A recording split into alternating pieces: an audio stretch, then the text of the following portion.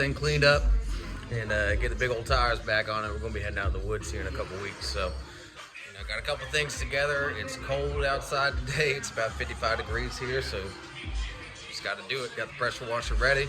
Got a nice blend of soap and dish soap and water in my sprayer, and we'll get this thing all cleaned up so we can start taking it apart.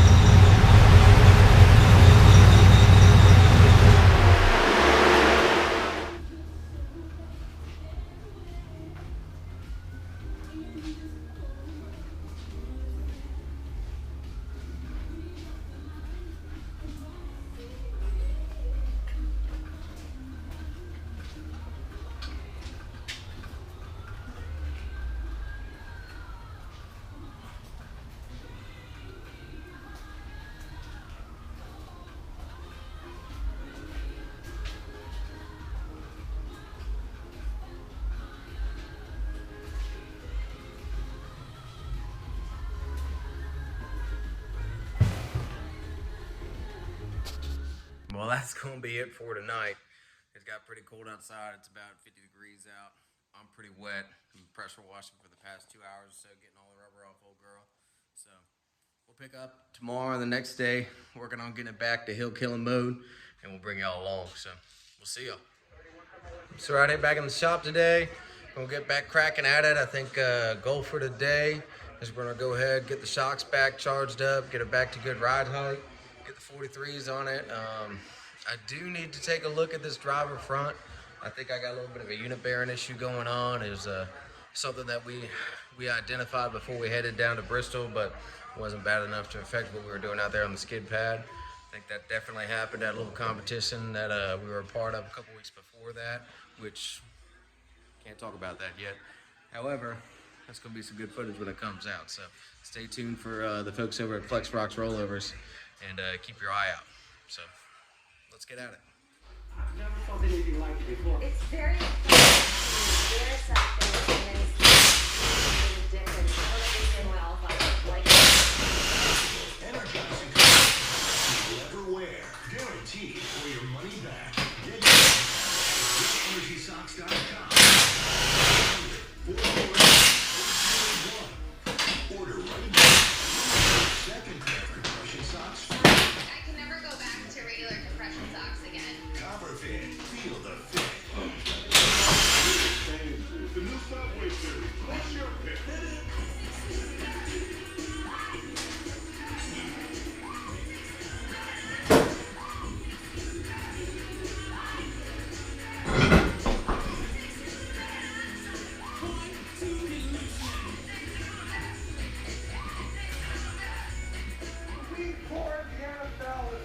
So I don't know if y'all gonna be able to see this on the video, but see, you rotate pretty clearly. That's good. But if you look at the tire and you watch motion in this direction,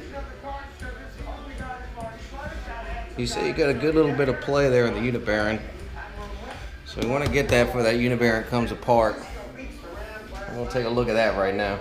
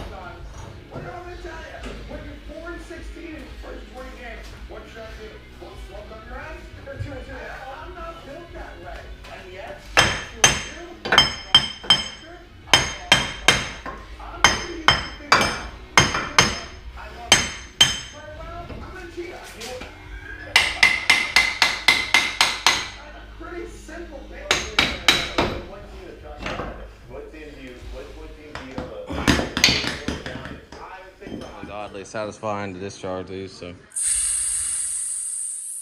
see, that dropped all the way down.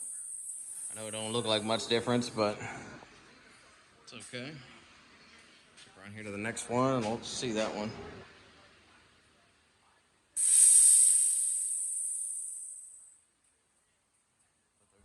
rears. These rears are a little hard to get to. They're tucked up in there pretty good, but that's so they stay protected. Ready? Coming down. Working on getting that baseline set so we can get everything tuned up the way we want it. And on the last one, so we've got most of the weight on, so it's already pretty compressed.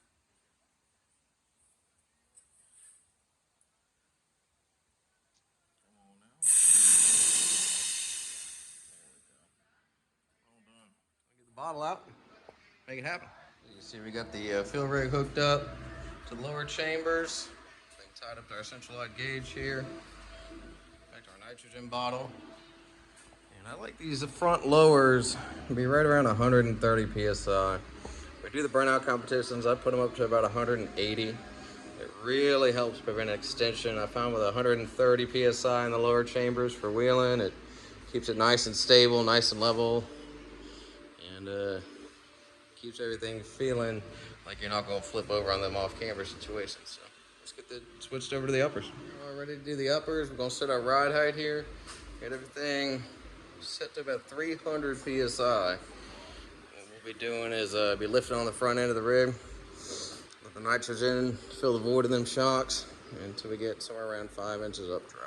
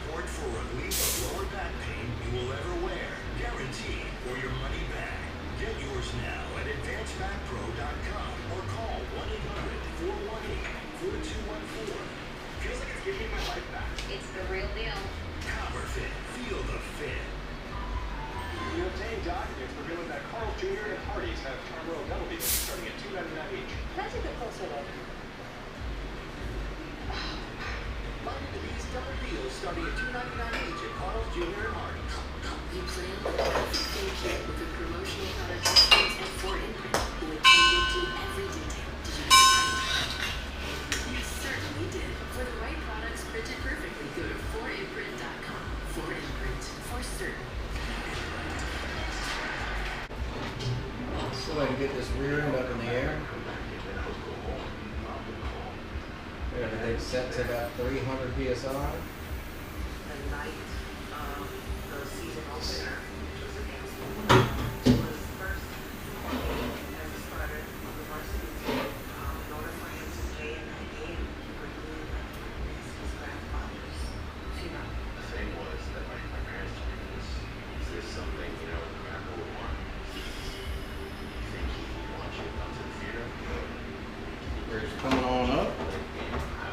gonna play nice today. I'm not gonna have to lift my weights.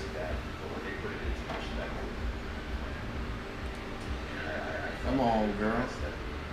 Do the same thing we did in the front. Get around 5 to 6 inches up travel.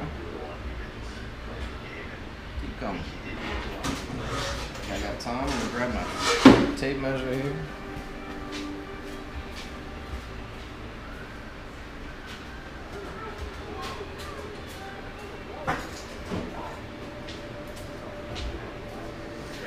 Still coming on up. So we got about 3.5 inches so far.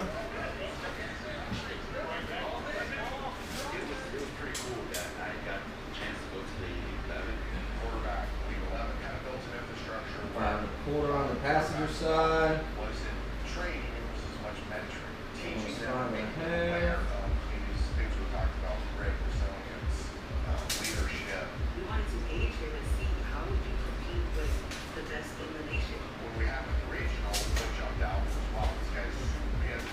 We're looking over here. It's just coming up.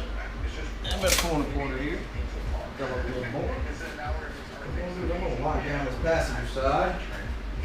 Just ready to have where I want her. We'll come up with this driver's side here.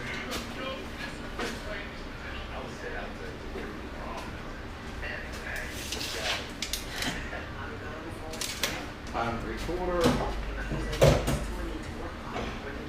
That should be about 6 inches right there. 6 1/4. We're gonna lock that down.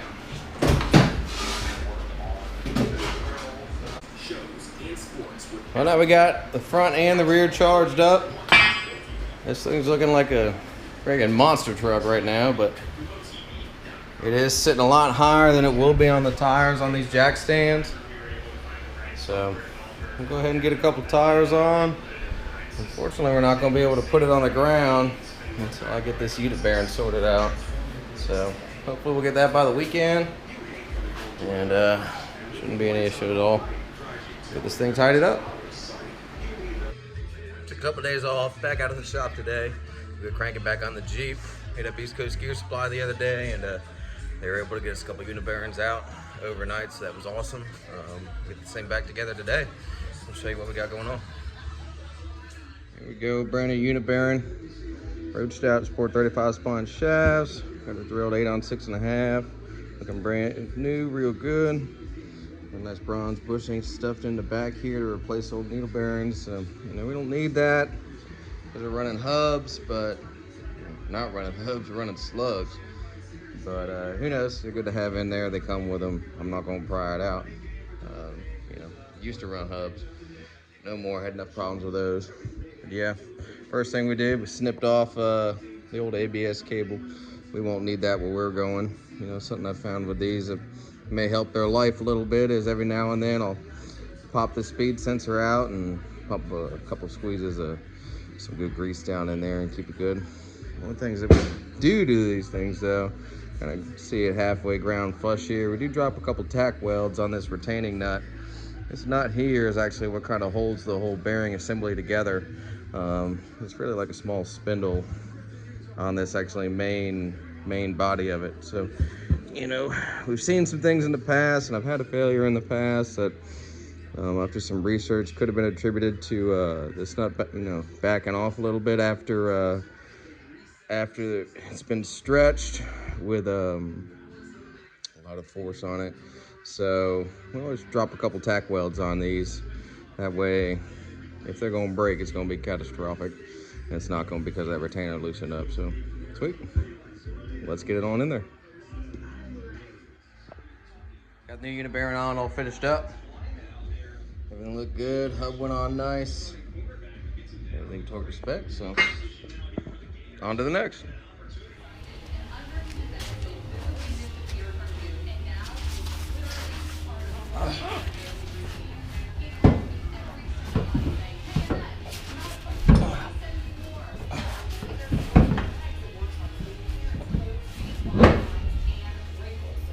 Y'all curious? It's 187 pounds on each corner with rim and tire. I'm getting too old for this.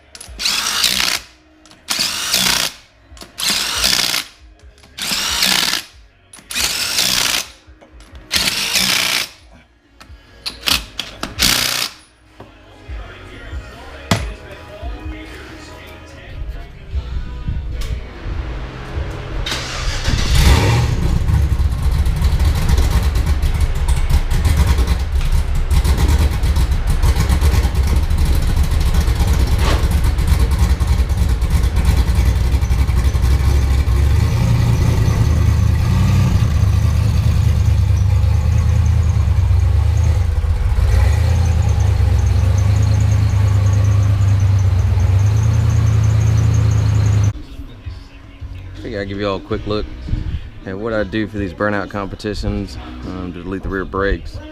So in the past, I've just kind of thrown a block off on one of these. Right here's my master cylinder. I got independent line going to my rear, independent line going to my front right here. In the past, I've just popped this fitting off, thrown a cap on there, and I don't know if it's butt dyno or what talking to me, but it feels like I don't have near the brake feel that I'd like to have to make sure I can control the rig while we're whipping it around out there. So I did something new before Bristol.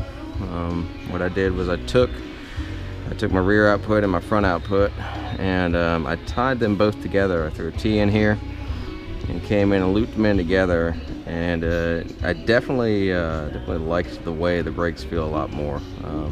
Threw a plug in the line going to the rear, make sure we weren't introducing any additional air into the system so we can minimize the amount of bleeding we got to do. But I was really happy with that turned out.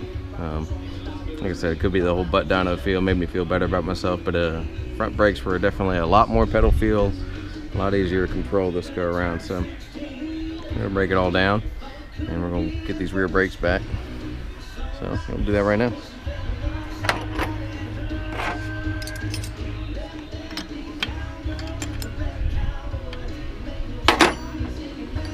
It would help if I get the right size wrench, so just pop that loose. Before we get too far, I want to get this one loose.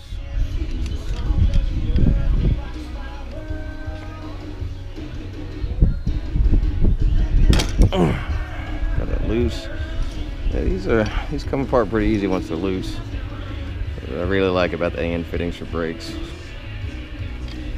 The whole Jeep front to rear is set up on AN fittings for the braking system. AN lines, AN fittings, and that way it puts me in a position where I only have to carry one spare line. What I do is I maintain basically the longest line I have is the spare line I carry in my toolbox, so I could lose any brake line in the entire rig, be able to have somebody run back to camp for me, or I carry the plugs in the truck with me. I can cap it off, run back on front brakes, rear brakes, whatever. See, this little rig keeps that brake fluid from pouring everywhere, but simple little rig, get the job done.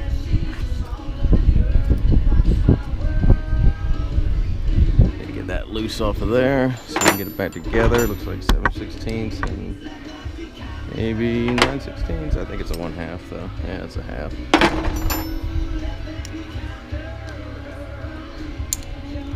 Come on, girl, you can do it. I believe in you. There we go. Okay, we got to get the cap off. That way we aren't introducing all that air into the system. Still gonna have to bleed them, but the less bleeding, the better. That being said, if y'all don't have a vacuum bleeder, you're not living. Because I don't know about y'all, but sitting around for an hour pumping brakes and having somebody else let the air out of the lines and all that is not an enjoyable experience for me. If you like that, that's your thing. I won't stop you. But yeah, go to Harbor Freight, get you a vacuum bleeder. Makes bleeding brakes pretty much a 3-bear job. Set it and forget it kind of thing. So yeah, I just wanted to show you all this. As you can see, it don't take any time at all to delete the rear brakes on this thing. And if you're trying to do a burnout competition, any of these skin pad type things, it's definitely one of the first things you want to do. Cool. Another thing I want to show you all is what I do with my cooling fans for these burnout competitions. So normally, forgive this bojangled relay arrangement here. One of the things I want to do this winter is strip every wire out of the whole rig, and there'll be a nice relay panel, fuse panel, and all that, and clean it all up. But so what I do normally is I have fans are on ground control from the ECU. We're on at 210, off at 195. I think they're that. They're gonna be on at 205, off at 195. So what I do is I take the actual main power feed for the relays, and I got a little jumper that I put in there to where once you click on main power, and I'll show you. Click on main power at the main line disconnect, my fans are immediately on, right? So that's why entire time we're doing the burnout, there is no waiting for coolant temperature to get to 187 degrees from the thermostat. That thing's wide open before we start cooling the fluid down. So like that, keep the fans rolling, keep the fluid cool at all times. So gotta reverse that. Would help if there was a blade in my knife, huh? Let me grab one. So we'll just do the next best thing here, a little pair of dikes. We'll come in here and clean this up. Zip tie out of there.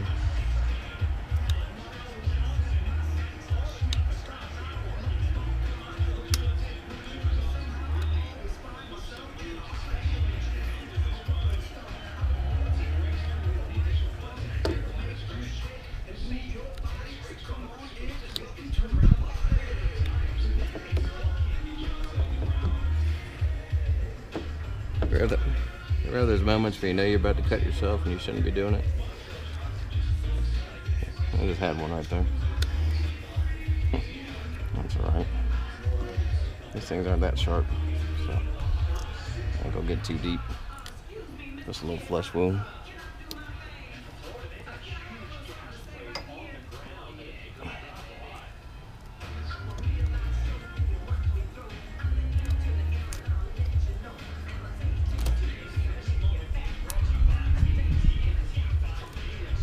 Alright, just got a little jumper. All that does is tie the power feed coming out the relay to the main power coming in. Let's go ahead and get that all attached back. So let's see. The main power feed is going to go back to the back here. Helps if you turn the connector the right way. Typically works better. There's one of them. We'll get the other one done. Yeah, so with this second fan, it looks like I was a little smarter when I wrapped it up. Make sure they didn't come apart. Nothing happened to them when we were doing the burnout. And had the electrical tape on there real clean. And we ain't gonna worry too much about it. Not to cut nothing. Just peel it all apart. Just like the other side. Little 12 gauge jumper. Come over here and you'll notice that these are ground control relays. Your main power feed doubles as the positive feed for the controlling circuitry of the relay itself. We'll get main power in. Plug that relay feed in. Now we'll have our fans back. Got main power on. Our fans, and we'll test that before we hit the trail. Before we head out west, make sure ECU's controlling everything like it should be. I won't have no issues.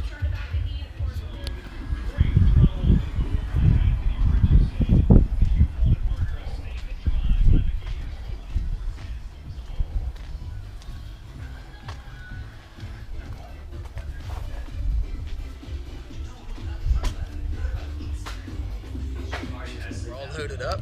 Everything's done. Everything's good to go, and we're gonna get here on the road. So we're gonna meet some other folks out there, do a little wheeling out here in at Gore at the Cove Campground. So we'll have some content for you from you there. See you then.